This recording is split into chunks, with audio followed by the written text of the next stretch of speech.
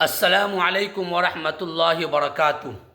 میرے دینی بھائیوں اور بہنوں، ماہ محرم یہ وہ مہینہ ہے جس میں 10 تاریخ کو رسول پاک صلی اللہ علیہ وسلم نے روزے کا دن قرار دیا اور اسے سال بھر کے لیے کفارہ گناہ ٹھہرایا ہے۔ حضرت ابو ہریرہ رضی اللہ تعالیٰ عنہ سے روایت ہے کہ رسول پاک صلی اللہ علیہ وسلم نے ارشاد فرمایا کہ رمضان کے بعد سب سے افضل ماہ محرم کے روزے ہیں جو اللہ کا مہینہ ہے، اور فرض نمازوں کے بعد سب سے افضل نماز تہجد کی نماز ہے۔ ایک روایت میں ذکر ہے کہ رسول پاک صلی اللہ علیہ وسلم نے فرمایا کہ یہود 10 محرم کا روزہ رکھتے ہیں، تم لوگ ان کی مخالفت کرو اور اس کے ساتھ 9 تاریخ کا بھی روزہ رکھو۔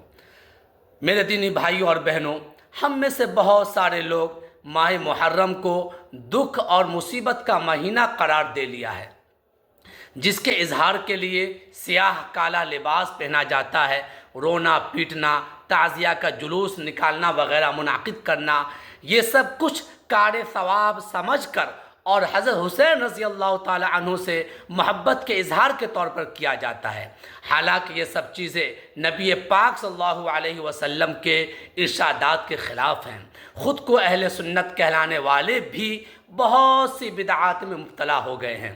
مثلا اس ماہ میں شادی بیاہ کو بے برکتی اور مصائب و آلام کے دور کی ابتدا کا باعث سمجھ کر اس سے احتراز کیا جاتا ہے، اور لوگ اعمال مسنونہ کو چھوڑ کر بہت سی من گھڑت باتوں پر عمل کرنے لگے ہیں۔ میرے دینی بھائیوں اور بہنوں، شہادت حسین اگرچہ اسلامی تاریخ کا بہت بڑا سانحہ ہے، لیکن یہ صرف ایک واقعہ نہیں جس کی یاد محرم سے وابستہ ہے، بلکہ محرم الحرام میں کئی دیگر تاریخی واقعات بھی رونما ہوئے ہیں۔ اگرچہ چند ایک افسوسناک ہیں، تو کئی واقعات ایسے بھی ہیں جن پر خوش ہونا اور خدا کا شکر بجا لانا چاہیے۔ جیسا کہ نبی اکرم صلی اللہ علیہ وسلم نے عاشورے کے دن شکر کا روزہ رکھا کہ اللہ تعالیٰ نے اس دن حضرت موسیٰ علیہ السلام کو فرعون سے نجات دی تھی۔ اگر اتفاق سے شہادت حسین کا واقعہ بھی اسی ماہ میں واقع ہو گیا تو بعض دیگر جلیل القدر صحابہ کرام کی شہادت بھی تو اسی ماہ میں ہوئی ہے۔ مثلا اسلام کے عظیم علم بردار خلیفہ ثانی حضرت عمر بن خطاب رضی اللہ تعالی عنہ اسی ماہ کی 1 تاریخ کو حالت نماز میں ابو لؤلؤ فیروز نامی ایک مجوسی غلام کے ہاتھوں شہید ہوئے۔ اس لیے شہادت حسین کا دن منانے والوں کو ان کا بھی دن منانا چاہیے، لیکن حقیقت یہ ہے کہ اگر اسلام اسی طرح غم منانے کی اجازت دے دے تو سال کا شاید ہی کوئی ایسا دن باقی رہ جائے جس میں کوئی تاریخی واقعہ یا حادثہ رونما نہ ہوا ہو، اور اس طرح مسلمان سارا سال انہی تقریبات اور سوگوار ایام منانے اور ان کے انتظام میں لگے رہیں گے۔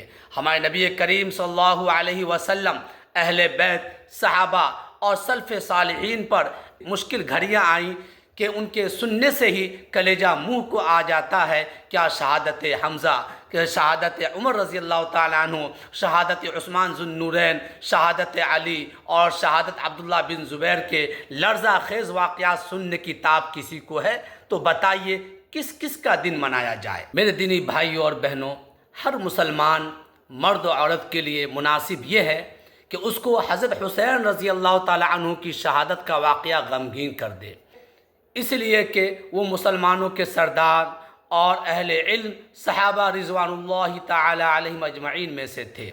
آپ جناب رسول پاک صلی اللہ علیہ وسلم کی سب سے افضل لخت جگر کے بیٹے، یعنی آپ صلی اللہ علیہ وسلم کے نواسے تھے۔ آپ عبادت کرنے والے، بڑے بہادر، بہت سخی تھے۔ ہم دیکھتے ہیں کہ یہ پاک باز ہستیاں کس طرح صبر و استقلال کا پہاڑ ثابت ہوئیں۔ ان کے خلفاء اور ورثاء بھی ان کے نقش قدم پر چلے، نہ کسی نے آہ و فغاں کیا، نہ کسی نے ان کی برسی منائی، نہ چہلم، نہ روئے، نہ پیٹے، نہ کپڑے پھاڑے، نہ ماتم کیا، اور نہ تعزیہ کا جلوس نکال کر گلی کوچوں کا دورہ کیا، بلکہ یہ خرافات 700-800 سال بعد تیمور لنگ بادشاہ کے دور میں شروع ہوئیں، لیکن یہ سب حرکتیں اور رسوم و رواج نہ صرف روح اسلام اور ان پاک باز ہستیوں کی تلقین و ارشاد کے خلاف ہیں، بلکہ ان بزرگوں کی توہین اور غیر مسلموں کے لیے مذاق کا سامان ہے۔ سیدنا حسین رضی اللہ تعالیٰ عنہ کے فضائل و مناقب بجا ہیں، البتہ بات اس وقت بگڑتی ہے جب ان کے فضائل و مناقب میں غلو کر کے دیگر صحابہ کرام کو سب و شتم کا نشانہ بنایا جاتا ہے، انہیں برا بھلا کہا جاتا ہے۔ سیدنا حسین رضی اللہ تعالیٰ عنہ کی شہادت کے تناظر میں دیگر صحابہ کرام کو دین اسلام سے خارج قرار دے دیا جاتا ہے۔ قرآن کریم میں جہاں پر حرمت والے مہینوں کا ذکر آیا ہے، اس جگہ پر ایک عجیب جملہ یہ ارشاد فرمایا گیا، فَلَا تَظْلِمُوا فِيهِنَّ أَنفُسَكُمْ، یعنی ان حرمت والے مہینوں میں تم اپنی جانوں پر ظلم نہ کرو۔ ظلم کرنے سے مراد یہ ہے کہ ان مہینوں میں گناہوں سے بچے، بدعات و خرافات اور منکرات سے بچے۔ بہت سے اہل سنت حضرات بھی خرافات و بدعات میں برابر کے شریک نظر آتے ہیں۔ یاد رہے، ماہ محرم اور یوم عاشوراء کو خوشی یا غمی کے طور پر منانا بدعت اور گمراہی ہے، کیونکہ کتاب و سنت میں اس کا کوئی ثبوت نہیں۔ اہل بیت، صحابہ کرام اور دیگر سلف صالحین سے بھی یہ عمل ثابت نہیں ہے۔ ایک اور چیز جس کا رواج عام طور پر بہت زیادہ ہو چکا ہے، یہ مہینہ غم کا مہینہ ہے، اس مہینے میں خوشی نہیں منانی چاہیے۔ کیوں؟ اس لیے کہ اس مہینے میں نواسہ رسول، جگر گوشہ رسول حضرت حسین رضی اللہ تعالی عنہ اور ان کے خاندان کے چھوٹوں اور بڑوں کو ظالمانہ طور پر نہایت بے دردی سے شہید کر دیا گیا۔ ان کے ساتھ اظہار ہمدردی کے لیے غم منانا، سوگ کرنا اور خوشی والے کام سے گریز کرنا ضروری ہے۔ سوچنا تو یہ ہے کہ ہمیں اس بارے میں شریعت کی طرف سے کیا رہنمائی ملتی۔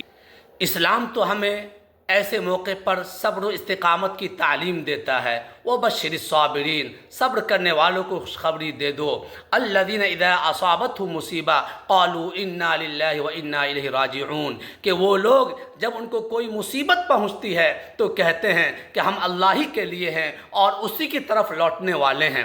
رسول پاک صلی اللہ علیہ وسلم نے ارشاد فرمایا، بخاری و مسلم کی روایت ہے کہ جو شخص رخسار پیٹے، کپڑے پھاڑے اور جاہلیت کا واویلا کرے وہ ہم میں سے نہیں۔